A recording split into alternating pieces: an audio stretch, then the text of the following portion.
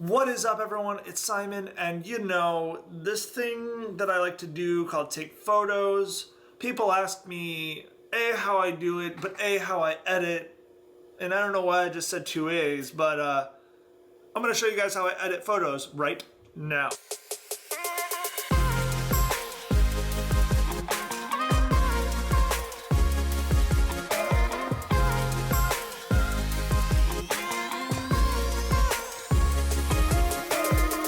Now, I know everyone has their own tips, tricks, and ways that they work really well and really efficiently, and this is just the way that I work, and it helps me sort what I need by how I need to be able to deliver for clients and sift through my photos really efficiently. This is just the way that I have been doing things, and I really just enjoy working like this. So, I'm jumping right in. We're going to use my Ethiopia project as the library that's like a good example of how I do it. And when I first import, I do a very, very rough culling, and it's actually more of a sorting process for me.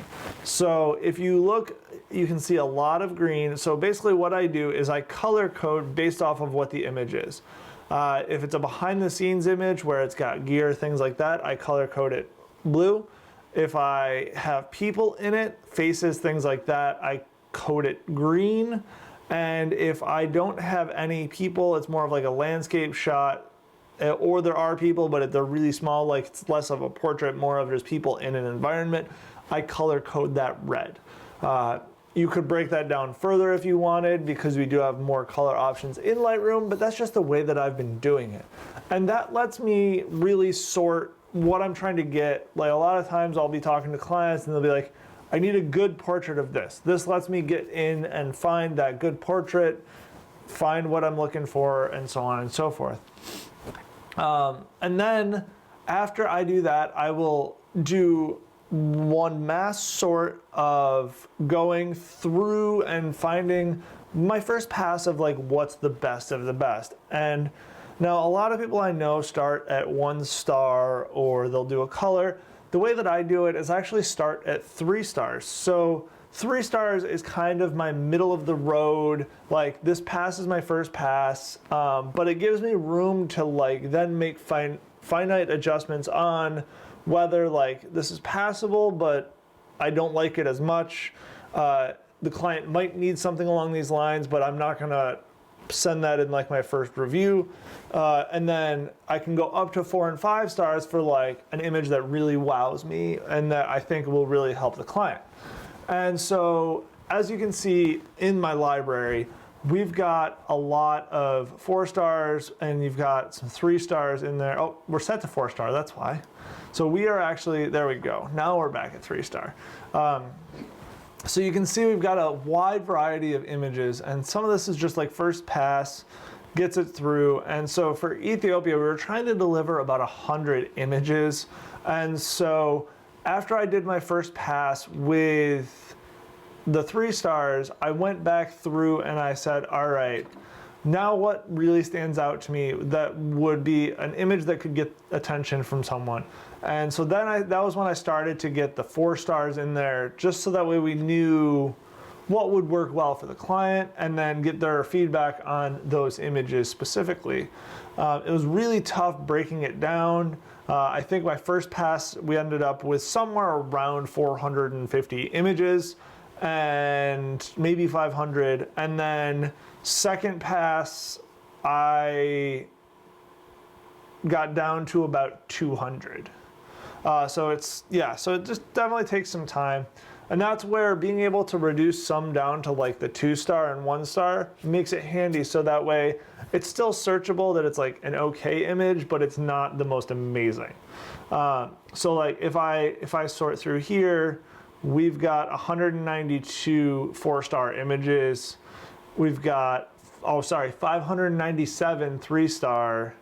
And if we go down to 1 star, we have 699. So you can see how I've been able to cut it down some. And then if we go up to 5 star, I've only got 1 that I really thought was like this really wow image. And there's a couple others that I thought were wow, but they sat in the 4-star range. So that's really how I sort my images and make it so that it's easy for me to work inside Lightroom. And we're gonna go up to the 4 stars now, so that way I can go to one of my edited images so you guys can get an idea of what I'm doing in post.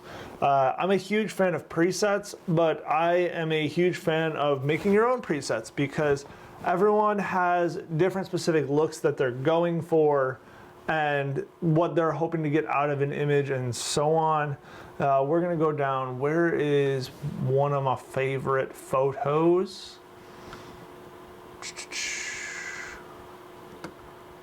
Here we go. Wait. Yeah, that's the one. That's the one I'm looking for. All right, so usually kind of this one's a funky image so that you can get an idea of just the slight variance, but it's still pretty similar. This is a group of women cooking the meal for one of the Saturday group meals in Ethiopia. As you can see, we've got this nice flame. So we had a lot of different contrasting brightness in there. I also, to try and add a little bit more light, but also not overpower this nice light beam that was going on, I stuck one of the Lightroom Pros up in the top corner onto the right, just off of frame. And that just added a little bit more light right here, so that way it wasn't as dark in the room. And it was actually really funny when I went to take the light out after I was done taking images, the ladies actually asked if they could keep it because there's no actual light in this room. The ladies literally use the doorway light and this little air vent to have all of the light that they use to cook with. So yeah, so we're pretty straightforward. I'm actually going to reset this. So this is the image straight out of camera, and then I'm going to do Control Z so you can see what it looks like after I am done. Now I'm going to hit reset again, and I typically use one of these 2 presets. I just keep it simple. I don't want things complex. I'm really trying to make things look realistic and as best they can while being realistic. I don't get crazy with a lot of gels and things like that because it doesn't, I'm very, in a way, photojournalistic with the way I approach it because I want things to look like the way it would look when you showed up. So this is kind of my go-to of getting me in the realm of what I'm looking for, and then I can zoom up. And this is me adjusting my exposure just to see. And what I am looking for here is balancing the brightness of this right out here, where we've got the doorway, with what's going on in the room that was obviously a lot darker. So again, we'll take it back, and then I'm actually going to just make a quick virtual copy. Actually, there we go. Sorry. We're gonna make a quick virtual copy of this and then reset. So I'm gonna go back to my preset, and obviously it's still very dark. Why I shot this so dark was because I wanted to be careful, and I was really shooting for this light beam up here because this just like blew my mind. Literally, I was standing across the courtyard in the office property, and I saw that light beam through the doorway and just literally like started walking right towards it. So now we're just looking in here and balancing the brightness of this right here to what's going on in the room. And one of the nice things that we can actually use, because we don't want to get too bright in here, but we do want to make sure that we are able to see these ladies. And if you want, there's a couple ways we can go about this. I will sometimes use the brush tool, so you can brush settings into a certain area. We'll just do this quick rough. I'm not gonna go too crazy with it. And every time that I am doing this, I will actually turn on show the mask overlay, so that way I can make sure that I am getting it right where I want. I want to be careful not to overpower the light beams, so we're going to go kind of around the light beams here like this. And then we don't want to be on the door because the door will end up being too bright, and then we're gonna erase a little bit that went onto this doorway, and we're gonna check it on this side as well.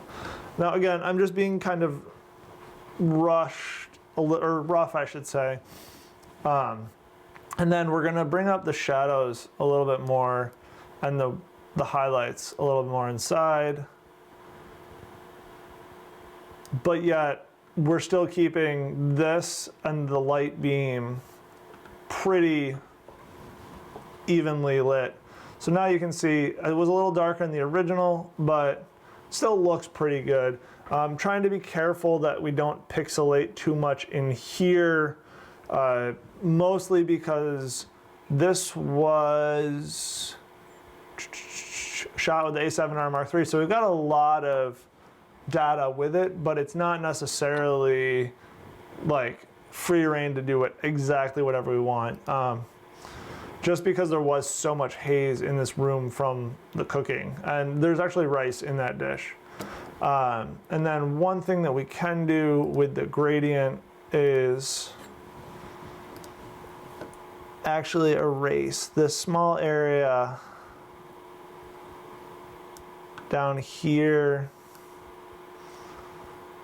to try and keep those flames in a little bit more. And we don't want to go so crazy that you will like see obvious lines of dark and light, but we do want to make sure that this image does look as best as possible. So I honestly think that this looks pretty incredible already. And as you can see, I'm not doing too much with the image. This image is a little darker overall, but the new version that we just did is pretty similar as well. We'll do another image to give you an idea of a little more of a portrait. Let's find a good portrait. And again, every project's different, but as you can see, I'm not going too crazy with my imagery. I'll bump the saturation a tiny bit, but I really don't need to do much with the A7R files. Here is a good one. And so this is a lady cooking. Again, there was a lot of cooking going on. Actually, you know what? Now let's find a true portrait, or a good face photo. We'll take these boys right here. So as you can see, these boys are hilarious, and we are going to again create a quick virtual copy, and then we're going to come over to the develop module. And as you can see, everything is pretty similar in my my main window. We'll reset so you can see what it looked like straight out of camera, and then I will run you right through, and boom, nothing too crazy. Maybe we'll bump the saturation a tiny bit, vibrance a tiny bit, and then we're just gonna bring our exposure up. And then I do want to be careful right here because we do have these hot spots from the trees that I don't want them to get too blown out, but I do love a good contrasty image. So I'm trying to make sure that the blacks are down by black and really looking solidly black. And then I don't want to go crazy overexposed and have this get blown out. So we're gonna sit somewhere right in this range. And then again, using the gradient brush, which is my favorite, we're gonna do a quick brush on right here. And I'm really trying to keep it on the skin tones, the skin parts, because that's really what I wanna like emphasize. Again, everything is slightly different depending on what you're shooting. We're going to do a quick show my overlay.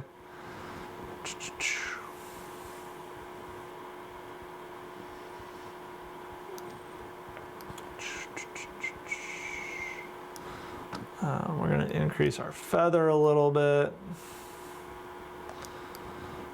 but really just trying to stay on the skin parts of these boys.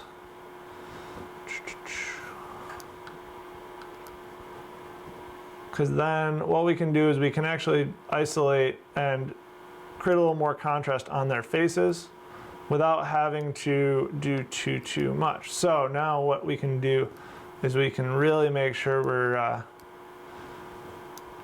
getting some nice color in there and some nice contrast, and yeah, I'm liking how that's looking, and voila. So that's a quick look into my post workflow. As far as, so yeah, that's what we're looking at with that. Whoops, there we go. If I am doing something where I want to be selective on my imports, I will actually do I'll do various things to flag the image. I'll use flags, I'll use other ratings, depends on the situation. So I'm actually just gonna export this one image. Where did she go? There we go. All right, so now we've got our image and we're going to export.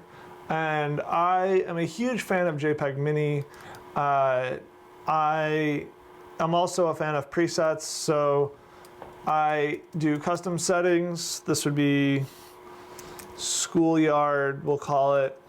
Boom, and then I try to limit my file size to 150 kilobytes if I'm posting on Instagram, things like that, just for its quick upload. And then I will actually use the JPEG Mini plugin to try and reduce that file size a little bit more. And I'll also do long edge of 72 dpi just because it makes it a much smaller image. And then export, and I get to pick where I want to export. So we're gonna go to Dropbox, and then I will usually go to SEP Photos and then what project it's with and hit save. That's a quick look into my Lightroom workflow. If you guys have any questions, leave a comment down below. I'd be glad to answer them. If you guys have any tips or tricks that you think might speed up my workflow, let me know, because I'm always looking to be more efficient while I'm editing. Other than that, be sure you are subscribed, because I want to make sure that I am giving you guys the best content and you guys are getting all of that great content, which means you also got to hit the bell button so you get notified when I make my next upload. Have a great week. I'll see you guys next time.